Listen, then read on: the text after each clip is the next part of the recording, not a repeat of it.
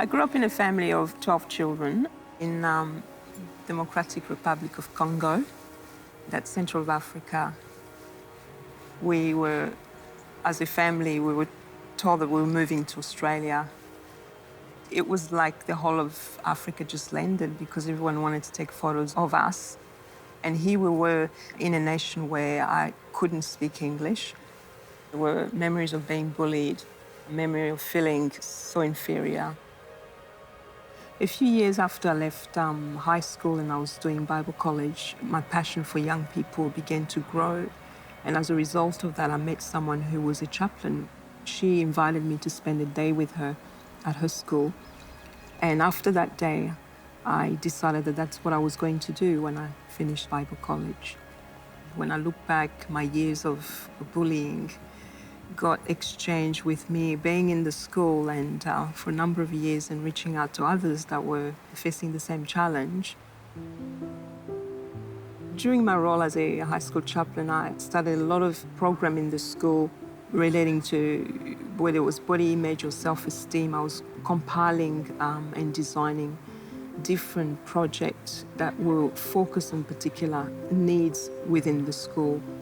As a result of that, a book was birthed that I saw God just lead me into, a book that I didn't have to finance, where people came along and wanted to finance it because they believed in it and believed in us continuing to reach out to our young generation. I had some really amazing opportunity working for an organization that focus was to work with the soldiers and army in the nations of Africa, many of which were dying of HIV and AIDS. In 2009 was actually when a team of us left to go to the Congo. What we saw, you can't see what you see and return back home and live a normal life. It compels you to do something.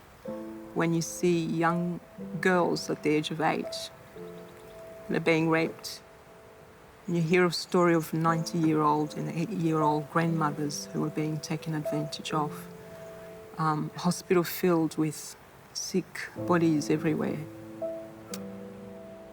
you're left to want to do something. As a result of that, I rallied a number of good friends and we began to work on a project for sexually abused women in the Congo.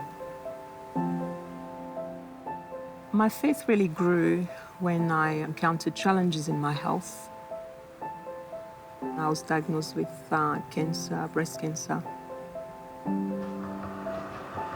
It got harder. From that year on, I went through a number of other operation and challenging health journey that were not necessarily cancer. There was some was a brain tumor, another was endometriosis and fibroid, just a number of operations there that became quite exhausting.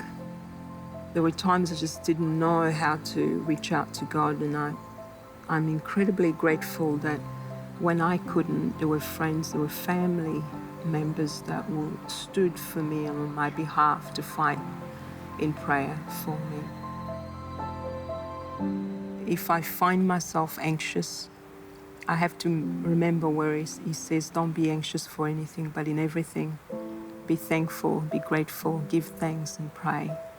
And then that peace will rest in my heart. And I find it doing the things that I love to do, whether it's cycling, whether it's riding, whether it is hosting a dinner party.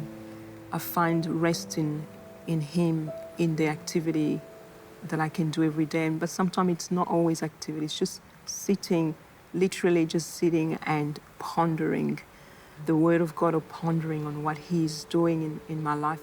When I don't understand, for me to recognize that I need to just continue to just believe Him, that He will bring the end into a place that is worthwhile for me.